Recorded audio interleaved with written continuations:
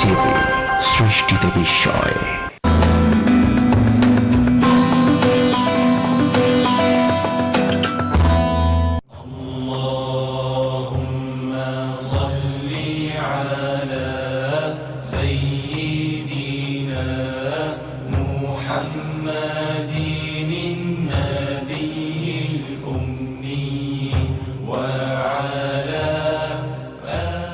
আসসালামু আলাইকুম ওয়া রাহমাতুল্লাহি ওয়া বারাকাতুহু। প্রিয় দর্শক, দূরে কাছে দেশে বিদেশে যে যেখানে বসে এই মুহূর্তে আমাদের এশো কোরআন শিখি অনুষ্ঠানটি দেখছেন, আপনাদের সবাইকে স্বাগত জানাচ্ছি আমি কারি মোহাম্মদ সেলিম। প্রিয় দর্শক, এই এশো কোরআন শিখির আয়োজন উত্তরাস্থ শহীদ আলিমুল কোরআন ফাউন্ডেশন কর্তৃক পরিচালিত, সর্বস্তরের মানুষকে কোরআন শিক্ষার এক বিশেষ ব্যবস্থা। মহান আল্লাহ তাআলার বাণী, আল্লাহ তাআলা কোরআন নাজিল করে কোরআনের বহু জায়গায় কোরআন বুঝার জন্য, বিশুদ্ধভাবে পড়ার জন্য আল্লাহ তাআলা ঘোষণা করে দিয়েছেন। আল্লাহ তাআলার হুকুমকে বাস্তবায়ন করার জন্য, আমলে পরিণত করার জন্য আমরা এই শহীদ তালিমুল কোরআন ফাউন্ডেশন কর্তৃক ব্যবস্থা করেছি, মানুষ যাতে কোরআন বুঝে, কোরআন নিয়ে জীবন গঠন করে এবং কোরআন বিশুদ্ধভাবে তিলাওয়াত করতে পারে। দর্শক, আপনারা খুশি হবেন আজকের এই এশো কোরআন শিক্ষা অনুষ্ঠানে এদেশের সুনামধন্য কয়েকজন মেহমান উপস্থিত রয়েছেন। আসুন মেহমানদের সাথে আমরা পরিচিতি লাভ করি। সামনেই রয়েছেন বিশিষ্ট হাফিজ কোরআন কারি শাহজাহান সারোয়ার। আসসালামু আলাইকুম ওয়া রাহমাতুল্লাহি ওয়া বারাকাতুহু। এবং আরও রয়েছেন গণপ্রজাতন্ত্রী বাংলাদেশ সরকারের মাননীয় অতিরিক্ত সচিব জনাব ABM শাহজাহান। আসসালামু আলাইকুম ওয়া রাহমাতুল্লাহি ওয়া বারাকাতুহু। এবং আরও রয়েছেন জনাব মোহাম্মদ আনোয়ারুল্লাহ। আসসালামু আলাইকুম। দর্শক, এ পর্যায়ে জানিয়ে দিচ্ছি আমাদের স্টুডিওতে আজকে বেশ কয়েকজন কোরআন শিক্ষার্থী উপস্থিত রয়েছেন। তার আগে পরিচয় দিয়ে দিচ্ছি, আমাদের সামনে বসা রয়েছেন আমাদের শহীদ আলিমুল কোরআন ফাউন্ডেশনের বেশ কয়েকজন উপদেষ্টা বৃন্দ, এবং শিক্ষার্থী হিসেবে উপস্থিত রয়েছেন বেশ কয়েকজন বিশিষ্ট ব্যক্তিবর্গ। তাদের মধ্যে পেশায় রয়েছেন কয়েকজন ডাক্তার, ইঞ্জিনিয়ার, বিশিষ্ট শিক্ষাবিদ, শিল্পপতি, আইনজীবী এবং সরকারি বেসরকারি কর্মকর্তা। আমরা গত ক্লাসে বলে দিয়েছিলাম 29টি হরফকে শিক্ষা করার জন্য আমরা 17টি মাখরাজ থেকে হরফগুলি উচ্চারণ করি। মাখরাজ মানে হচ্ছে আমরা যেখান থেকে আওয়াজ করি, কথা বলি, সাউন্ড করি, যেখান থেকে উচ্চারণ করি ওই জায়গাটার নাম হচ্ছে মাখরাজ। সেই মাখরাজগুলি হচ্ছে 29টি হরফ উচ্চারণের 17টি স্থান। এখান থেকেই 29টি হরফ উচ্চারিত হয়। আমি একটি চিত্রের মাধ্যমে আপনাদেরকে মাখরাজের পরিচিতিটা দেখিয়ে দিই। দর্শক, আপনারা লক্ষ্য করছেন যে এখানে একটা চিত্র রয়েছে, যে একেবারে মানুষের গলার শুরু থেকে শুরু করে ঠোঁট পর্যন্ত এই যে চিত্রটি, এখানে আমরা 29টি হরফ কোন কোন জায়গা থেকে উচ্চারিত হয় আমরা পর্যায়ক্রমে আপনাদেরকে সবগুলি মাখরাজ উচ্চারণের জায়গাগুলি পরিচয় করে দিতে ইনশাল্লাহ চেষ্টা করব। আল্লাহ তাআলা আমাদের সবাইকে তৌফিক দান করুক। জি শিক্ষার্থী ভাইরা, আপনারা সবাই কেমন আছেন? যে সর্বপ্রথম যে হরফের মাখরাজ আপনাদের সামনে নিয়ে আসছি তা হচ্ছে মাখরাজ সিরিয়াল অনুসারে আমরা এটাকে 5 নাম্বার মাখরাজ হিসাবে জানি। এটা হচ্ছে জিহ্বার গোড়া হইতে একটু আগে বাড়াইয়া তার বরাবর উপরের তালুর সঙ্গে লাগাইয়া উচ্চারিত হয়। আমি চিত্রের মাধ্যমে আবারও আপনাদেরকে দেখিয়ে দিচ্ছি। লক্ষ্য করুন দর্শক এবং শিক্ষার্থী ভাইরা, আপনারাও গভীরভাবে দেখছেন যে এই যে জিহ্বার গোড়াটি এখানে রয়েছে, জিহ্বার গোড়া থেকে একটি হরফ, যেটা আমরা আপনাদেরকে আগেই জানিয়ে দিয়েছিলাম। এখন একটু লক্ষ্য করুন, দেখুন তার সামনে থেকে কাফ হরফটি উচ্চারিত হচ্ছে। আসুন আমরা এটা উচ্চারণের মাধ্যমে, মস্কের মাধ্যমে শিক্ষা গ্রহণ করি। দর্শক, আমি এটা উচ্চারণ করছি, আপনারা সকলে আমার মুখের দিকে লক্ষ্য করুন আমি কিভাবে এই হরফটি উচ্চারণ করছি। যে আসুন, কাফ,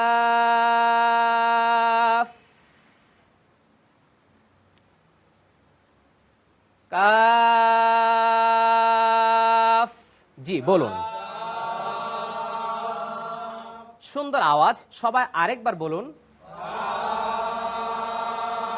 চমৎকার। শিক্ষার্থী ভাইরা আপনারা সুন্দর করে কাফের উচ্চারণ করে নিয়েছেন। আপনাদের আরো ভালো লাগবে, লক্ষ্য করুন এই কাফ আমরা কোরআন মাজিদে কয় রূপে দেখতে পাবো তাও আমি এখানে নিয়ে আসছি। লক্ষ্য করছেন আপনারা, শব্দের শুরুতে, শব্দের মাঝে এবং শব্দের শেষে এই হরফটি কিভাবে থাকছে। দর্শক, আমরা তারপরের মাখরাজে চলে যাচ্ছি। আসুন মাখরাজ নাম্বার 6, এখান থেকে আমরা আরো কয়েকটি হরফ শিখে নিই। 6 নম্বর মাখরাজটা আপনারা সবাই আমার দিকে লক্ষ্য করুন। আমাদের যে জিহ্বা রয়েছে, জিহ্বার মধ্যখান, একেবারে জিহ্বার মধ্যখান থেকে এবং তার উপরে তালুর সাথে লেগে যাবে। এই ওখান থেকে মোট 3টি হরফ উচ্চারিত হবে। সেই 3টি হরফের উচ্চারণ আমরা পর্যায়ক্রমে শিখে নিচ্ছি। আপনারা সকলে আমাদের সাথে উচ্চারণ করতে থাকুন, প্র্যাকটিস করতে থাকুন, ইনশাআল্লাহ সবাই সুন্দর করে উচ্চারণ করতে সক্ষম হবেন। শিক্ষার্থী ভাইরা আপনারা লক্ষ্য করুন, কিন্তু এই হরফগুলো উচ্চারণ করলে অন্যজনকে দেখাইতে পারবেন না জিম শিন ইয়াটা কিভাবে উচ্চারণ হয়, নিজে অনুভব করতে পারবেন। আমি বলছি, আপনারা লক্ষ্য করুন। জিম, বলুন সবাই, সুন্দর, আরেকবার বলুন। মাশাআল্লাহ, সবাই আরেকবার বলুন। জিম হরফটিও লম্বা হচ্ছে, এটাকে আপনারা 4 আলিফ পরিমাণ লম্বা করতে পারেন, মোটামুটি 4 সেকেন্ড আপনারা বলতে পারেন। আমি আবার বলছি, আপনারা লক্ষ্য করুন। জিম।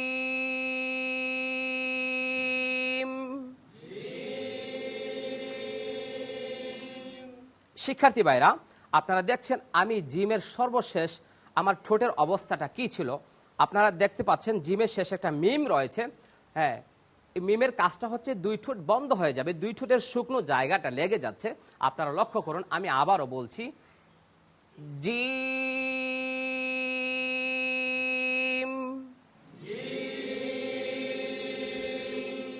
আমি লক্ষ্য করেছি আপনারা অনেকেই সুন্দর করে 2 ঠোঁট লাগিয়ে এটা উচ্চারণ করেছেন। আরেকবার জোরে একসাথে সবাই বলুন।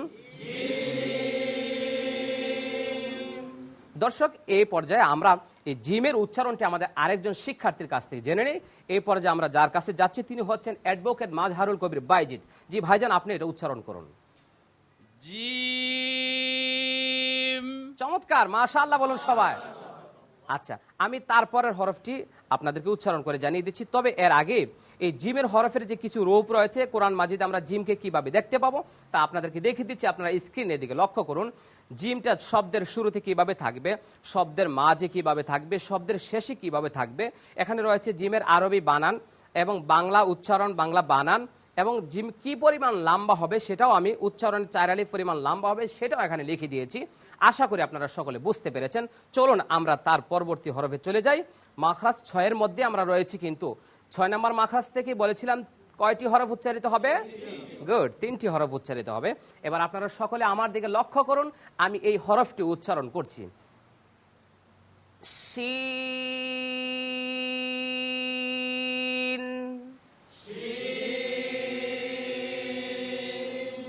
চমৎকার, শিন।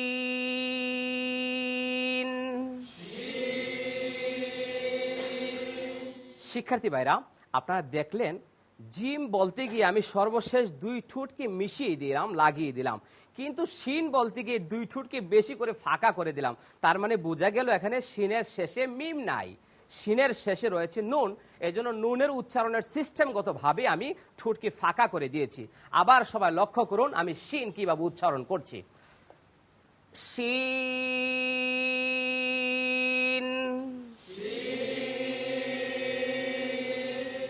এবার দেখেন কিভাবে ভুল হয়ে যায়। আমি যদি ঠোঁটের অবস্থাটা লাগিয়ে দেই তাহলে ভুল হয়ে যাবে। শিম, এটা কিন্তু ভুল, এটা করা যাবে না। কিভাবে করতে হবে? 2 ঠোঁট ফাঁকা রাখতে হবে। দেখুন, শিন।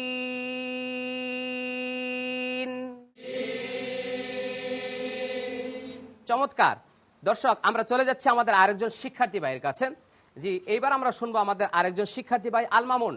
ভাইজান, আপনি শিনের উচ্চারণটা করুন। শিন। জি দর্শক, আমরা দেখলাম আমাদের আল মামুন ভাই খুবই সুন্দর করে শিনের উচ্চারণ করলেন। সবাই একটা মাশাআল্লাহ বলুন। আমরা চলে যাচ্ছি আমাদের 3য় হরফের উচ্চারণে। এবার আপনারা স্ক্রিনের দিকে লক্ষ্য করুন, আমি এই সর্বশেষ হরফটি উচ্চারণের মাধ্যমে জানিয়ে দিচ্ছি এই হরফটি কিভাবে উচ্চারণ করতে হবে। আপনারা লক্ষ্য করুন, ইয়া ইয়া ইয়া ইয়া। সুন্দর, সবাই একসাথে বলুন। সবাই আস্তে বলুন, একটু জোরে বলুন, মজা করে বলুন, দেখে দেখে বলুন, হাসতে হাসতে বলুন, একসাথে বলুন। চমৎকার আওয়াজ। আমরা এই ইয়ার উচ্চারণটা শিখে নিলাম। হ্যাঁ, সুন্দর। দর্শক, আপনারা লক্ষ্য করছেন ইয়াতে কিন্তু বেশি লম্বা হচ্ছে না। জিম যেমনিভাবে অনেকক্ষণ টান দিলাম, লম্বা করলাম, শিনটাও অনেক লম্বা করলাম, কিন্তু ইয়াতে গিয়ে আমরা শর্ট করে নিয়েছি। তার মানে হচ্ছে ইয়াতে যেই তার উচ্চারণের মাখরাজ এবং তার নিয়মাবলী রয়েছে তা শর্ট হবে, তবে এক আলিফ পরিমাণ বা 1 সেকেন্ড হবে, তার চেয়ে একটু বেশি হতে পারে। আরেকবার বলে দিচ্ছি, আপনারা লক্ষ্য করুন। ইয়া ইয়া। অনেকে এরকম বলতে পারে ইয়া ইয়া ইয়া, এরকম করা যাবে না। একটু হালকা চাচা চাচা ঘষা ঘষা একটু ভাব থাকবে। ইয়া ইয়া ইয়া। জি, সুন্দর। সবাই একসাথে বলুন, আরেকবার বলুন। দর্শক, আমরা এই যে ইয়ার ব্যবহারটা আমরা জেনে নিচ্ছি। লক্ষ্য করুন সবাই, স্ক্রিনের দিকে দেখুন। শব্দের শুরুতে ইয়াটা কোরআন মাজিদে কিভাবে দেখতে পাবো, মাঝখানে কিভাবে দেখতে পাবো, শেষে কিভাবে দেখতে পাবো। আর ইয়ার বাংলা বানানটাও দেখে নিচ্ছি, আরবি বানানটাও দেখে নিচ্ছি। তারপরে শিনটা আমরা দেখতে পাচ্ছি যে শিনের শব্দের শুরু, শব্দের মাঝখান, শব্দের শেষে কিভাবে থাকতেছে। এই 3টি হরফ শিক্ষার্থী ভাইরা, আমরা বলেছিলাম 6 নম্বর মাখরাজ জিহ্বার মধ্যখান থেকে কয়টি হরফ উচ্চারিত হবে? 3টি হরফ। 1 নম্বর হচ্ছে জিম, শিন, তারপরে ইয়া। আসুন আমরা চিত্রের মাধ্যমে এটা জেনে নেই কিভাবে ওখান থেকে এটা উচ্চারিত হচ্ছে। আচ্ছা, দেখুন এই যে আমরা জিহ্বার মধ্যখান, স্ক্রিনের দিকে আমরা দেখিয়ে দিচ্ছি আপনাদেরকে। দেখুন, এখান থেকে একটা রেখা টেনে উপরে নিয়ে গেছি, মানে বোঝা গেল যে এই এখান থেকে উচ্চারিত হয়ে সে ওখানে গিয়ে টাচ লাগবে। জিহ্বার মধ্যখান তার বরাবর উপরে তালুর সাথে লাগিয়ে আমরা আরেকবার বলেছি জিম শিন ইয়া। আরেকবার বলুন সবাই। সুন্দর। এবার আমরা ইয়াটা আমাদের একজন শিক্ষার্থীর কাছ থেকে শুনে নিচ্ছি। এবার যিনি শোনাচ্ছেন আমাদের আরেকজন শিক্ষার্থী ভাই, আমাদের এমআর খান নুমান ভাই। ইয়া। জি, সুন্দর। আরেকবার বলুন। ইয়া। জি ভাইজান, আপনাকে আমার ভালো লাগছে যে প্রথমবার যেরকম উচ্চারণ করতে কঠিন মনে হয়েছিল, দ্বিতীয়বার কিন্তু তত কঠিন মনে হয়নি। আরেকবার বলুন আপনি। ইয়া। সুন্দর। শিক্ষার্থী ভাইরা, কোন হরফ উচ্চারণ করতে গিয়ে, কোরআন তিলাওয়াত করতে গিয়ে আমরা কেউ চোখ মুখ আঁকাবাঁকা করবো না, গালকে বিশ্রী করবো না, কপাল বইটা একেবারে চেপটা চেপটা করে ফেলবো না। ইজিভাবে আল্লাহ তাআলা চেহারা দিয়েছে সুন্দর, আমরা সুন্দর করে কোরআন মাজিদ তিলাওয়াত করব। আমরা কোনো হরফ উচ্চারণ করতে গিয়ে এরকম এরকম এরকম এরকম কোনো বিশ্রী করবো না, স্বাভাবিকভাবে ইয়া। এটা হচ্ছে কোরআন তিলাওয়াতের মাধুর্যতা।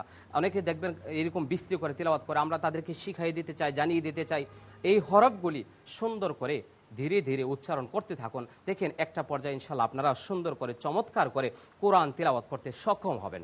দর্শক, আসুন আমরা আরও একটি মাখরাজ আপনাদের সামনে নিয়ে আসছি। এবার লক্ষ্য করুন, স্ক্রিনের দিকে দেখুন যে আমরা এবার 7 নম্বর মাখরাজে চলে আসছি। এবার আমি আপনাদেরকে এই মাখরাজের পরিচিতি দিচ্ছি। তা হচ্ছে জিহ্বার গোড়ার কিনারা উপরের মাড়ির দাঁতের গোড়ার সঙ্গে লাগাইয়া উচ্চারিত হয়। এটা আপনাদেরকে বললে আপনারা বুঝতে পারবেন কিনা, জিহ্বার গোড়ার কিনারা আমি দেখাইতে পারছি না। এটা একেবারে সাইডে দিয়ে উপরে মাড়ির দাঁতের, যে আমি কথাটা বলছি মাড়ির দাঁতের গোড়া, তার মানে উপরে যে দাঁত রয়েছে তার গোড়ার সঙ্গে স্বাভাবিকভাবে আমি হাত দিয়ে আপনাদেরকে দেখাই দিচ্ছি। দেখেন হাতটা সোজা রয়েছে, আমি যখন এটা ফুলাতে যাচ্ছি, মোটা করতে যাচ্ছি, তখন সামনে দিয়ে ছোট হয়ে আসছে। লক্ষ্য করছেন সবাই, ছোট হয়ে আসছে। ঠিক দদ উচ্চারণ করার সময় শুধু খেয়াল রাখতে হবে জিহ্বার সামনাটা যেন সামনের দাঁতে না লেগে যায়, তাহলে আমি মনে করছি যে দদ উচ্চারণ করা সহজ হবে এবং সুন্দর হবে। আমি একবার বলছি, আপনারা সকলে আমার দিকে লক্ষ্য করুন।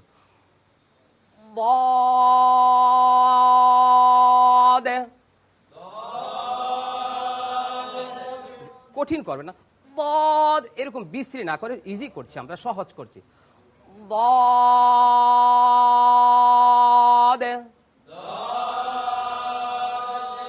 চমৎকার। আরেকবার বলুন শিক্ষার্থী ভাইরা, সুন্দর আওয়াজ। আরেকবার বলুন। আমি বলেছিলাম জিহ্বার কোন জায়গা থেকে? গোড়ার কিনারা, জিহ্বার গোড়ার কিনারা উপরের মাড়ির দাঁতের গোড়ার সঙ্গে লাগিয়ে, উপরের মাড়ির দাঁতের গোড়ার সঙ্গে লাগিয়ে একসাথে আমরা উচ্চারণ করছি। সবাই আরেকবার বলে দিন। মাশাআল্লাহ, চমৎকার। এবার আমরা চলে যাচ্ছি আমাদের আরেকজন শিক্ষার্থী ভাই জনাব ইলিয়াস সেলিম ভাই। জি, আপনি উচ্চারণ করুন। দদে চমৎকার, মাশাআল্লাহ বলুন সবাই। জি ভাইজান, আরেকবার বলুন। দদে সুন্দর, আরেকবার। দদে জি, মন খুশি করে সব আরেকবার মাশাআল্লাহ বলে দিন। জি শিক্ষার্থী ভাইরা, আপনারা লক্ষ্য করেন দদ হরফটা উচ্চারণগত সিফাতগতভাবে এটা মোটা হবে। স্বাভাবিক দদ দদ পাতলা না, মোটা হবে। মোটা করবে কিসের সাহায্যে? জিহ্বার সাহায্যে আমরা মোটা করবো। দে এটা উচ্চারণ করতে গিয়ে অনেকে দেখবেন ঠোঁট গোল করে ফেলে। মনে রাখতে হবে এই উচ্চারণ করার সময় ঠোঁটকে গোল করে দদ দদ এরকম বিস্তৃত করা যাবে না, ঠোঁটগুলি সোজা থাকবে। মোটা করে জিহ্বার সাহায্যে মোটা করে আমরা উচ্চারণ করব। আমি আরো একবার বলে দিচ্ছি, দে। জি বলুন সবাই। উচ্চারণ এটা 4 আলিফ পরিমাণ লম্বা হচ্ছে। আর বাংলা বানানটা আপনারা দেখে নিচ্ছেন। আমি কোনো বাংলা বানান করতে গিয়ে আকার দিই নেই, কারণ এটা আকার দিলে সঠিক উচ্চারণটা আসবে না। আমি আপনাদেরকে বোঝানোর জন্য দদের নিচে একটি ব দিয়েছি, এটা মোটা বোঝানোর জন্য। আর নিচে রয়েছে দদের শব্দের শুরুতে, মাঝে এবং শেষে তার ব্যবহার। আসুন আমরা পরবর্তী মাখরাজটা জেনে নিচ্ছি। আমরা যাচ্ছি এবার 8 নম্বর মাখরাজে। 8 নম্বর মাখরাজটা হচ্ছে জিহ্বার আগার কিনারা। জিহ্বার আগার কিনারা এই সাইডগুলি দেখে নিন, তার বরাবর উপরে চলে যাচ্ছে। আবার দাঁতের মাড়ির সঙ্গে লাগিয়ে, এই যে দাঁত রয়েছে তার মাড়ির সঙ্গে লাগাইয়ে উচ্চারিত হবে। আমি বলছি, আপনারা সবাই লক্ষ্য করুন। লাম।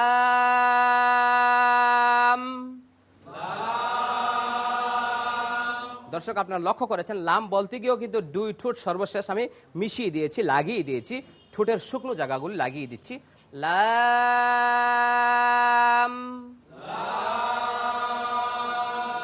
আরেকবার বলুন।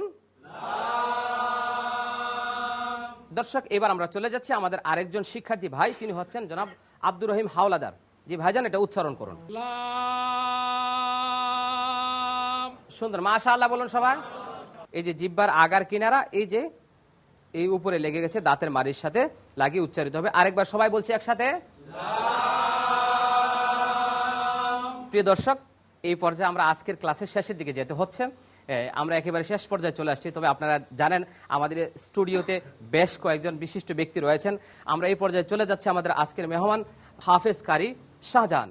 এসো কোরআন শিখি সহি তালিমুল কোরআন ফাউন্ডেশন কর্তৃক আজকের এই যে শিক্ষা প্রদর্শনী অত্যন্ত মনোমুগ্ধকর, নয়নাবিরাম, দৃষ্টিনন্দন কেড়েছে। আমি মন্ত্রমুগ্ধ হয়ে আপনাদের সুন্দর উচ্চারণ, বচন, ভঙ্গি আর কারি সেলিমের যে উপস্থাপনা, আমি মনে করি সেটা দেশবাসীর জন্য, যারা কোরআনের আলোতে আলোকিত হতে চায়, কোরআনকে সহি করে ধারণ করতে চায় বুকের মধ্যে, তাদেরকে অবশ্যই সহি কোরআন শিখার বিকল্প কোনো ব্যবস্থা নেই।